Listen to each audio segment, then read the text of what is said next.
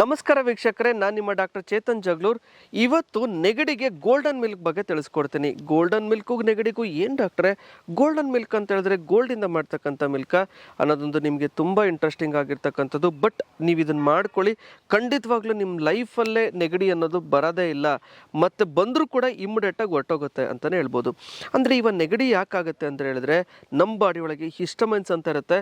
ಆ ಹಿಸ್ಟಮಿನ್ಸ್ ಯಾವಾಗ ಜಾಸ್ತಿ ಆಗುತ್ತಲ್ಲ, ಅಂದರೆ ಅವಾಗ ಚಿಕ್ಕವರಿಂದ ಹಿಡಿದ್ಬಿಟ್ಟು ದೊಡ್ಡವ್ರವರೆಗೂ ಶೀನು ಜಾಸ್ತಿ ಬರ್ತಾ ಇರುತ್ತೆ.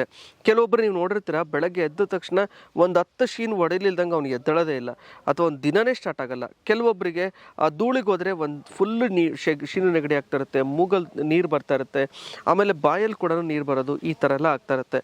ಕೆಲವೊಬ್ಬರಿಗೆ ನೀವು ಶೀತಕ್ಕೆ ಹೋಗಿ ಎಷ್ಟೇ ಹುಳಿ ಪದಾರ್ಥಗಳು ತಿನ್ನಿ ಅಥವಾ ಎಷ್ಟೇ ಹಾಲು ಕುಡೀರಿ, ಏನು ತಿಂದರೂ ನಿಮಗೆ ಏನೂ ಆಗಲ್ಲ. ಇದಕ್ಕೆಲ್ಲ ಮೇನ್ ಕಾರಣ ಹಿಸ್ಟಮಿನ್ಸ್ ಅಂತ ಹೇಳ್ತೀವಿ. ಹಿಸ್ಟಮಿನ್ಸ್ ನಮ್ಮ ದೇಹದಲ್ಲಿ ಜಾಸ್ತಿ ಆಗೋದ್ರಿಂದ ಈ ಥರ ಆಗುತ್ತೆ. ಈ ಮಕ್ಕಳಲ್ಲಂತೂ ಇದು ಸರ್ವೇ ಸಾಮಾನ್ಯವಾಗಿ ಕಾಣಿಸ್ಕೊಳ್ಳುತ್ತೆ. ಹಂಗಾದರೆ ಈ ಗೋಲ್ಡನ್ ಮಿಲ್ಕ್ ಮಾಡ್ಕೊಳ್ಳಿ ಸಾಕು, ಖಂಡಿತವಾಗ್ಲೂ ಅನುಕೂಲ ಆಗುತ್ತೆ. ಅಂದರೆ ಏನದು ಗೋಲ್ಡನ್ ಮಿಲ್ಕ್ ಅಂತ ಹೇಳಿದ್ರೆ, ಅರಿಶಿನ ಮತ್ತು ಕಲ್ಸಕ್ಕರೆ ಎರಡನ್ನೂ ಈಕ್ವಲ್ ಕ್ವಾಂಟಿಟಿ ತೊಗೊಳ್ಳಿ. 100 ಗ್ರಾಮ್ ಕಲ್ಸಕ್ಕರೆ ತೊಗೊಂಡ್ರೆ 100 ಗ್ರಾಮ್ ಅರಿಶಿನ ತೊಗೋಬೇಕು. ಅದಕ್ಕೆ ಸ್ವಲ್ಪ ಶುಂಠಿ, ಮೆಣಸು, ಹಿಪ್ಪಲಿ, ಲವಂಗ ಹಾಕ್ಬಿಟ್ಟು ಪೌಡ್ರ್ ಮಾಡಿಟ್ಕೊಂಡು ಅದ್ರ ಜೊತೆಗೆ ಡ್ರೈ ಫ್ರೂಟ್ಸ್ ಎಲ್ಲ ಮಾಡ್ಕೋಬೋದು. ಯಾವೆಲ್ಲ ಡ್ರೈ ಫ್ರೂಟ್ಸ್ ಹಾಕ್ಬೋದು ಅಂತ ಹೇಳಿದ್ರೆ, ಬಾದಾಮಿ, ಗೋಡಂಬಿ ಮತ್ತು ಉತ್ತುತ್ತಿ, ದ್ರಾಕ್ಷಿ ಎಲ್ಲವನ್ನು ಪೌಡ್ರ್ ಮಾಡಿಟ್ಕೊಂಡು ಅದಕ್ಕೆ ಮಿಕ್ಸ್ ಮಾಡಿಕೊಂಡು ಆ ಪೌಡ್ರನ್ನ ನೀವು ದಿನ ಒಂದೊಂದು ಚಮಚ ತೊಗೊಳ್ತಾ ಬನ್ನಿ.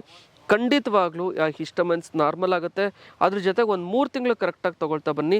ಎಷ್ಟೇ ಜಾಸ್ತಿ ಹಿಸ್ಟಮಿನ್ಸ್ ಕೌಂಟ್ಸ್ ಇದ್ದರೂ ಕಂಪ್ಲೀಟಾಗಿ ನಾರ್ಮಲ್ ಆಗುತ್ತೆ. ಏನೂ ಗಾಬರಿ ಮಾಡ್ಕೋಬೇಡಿ.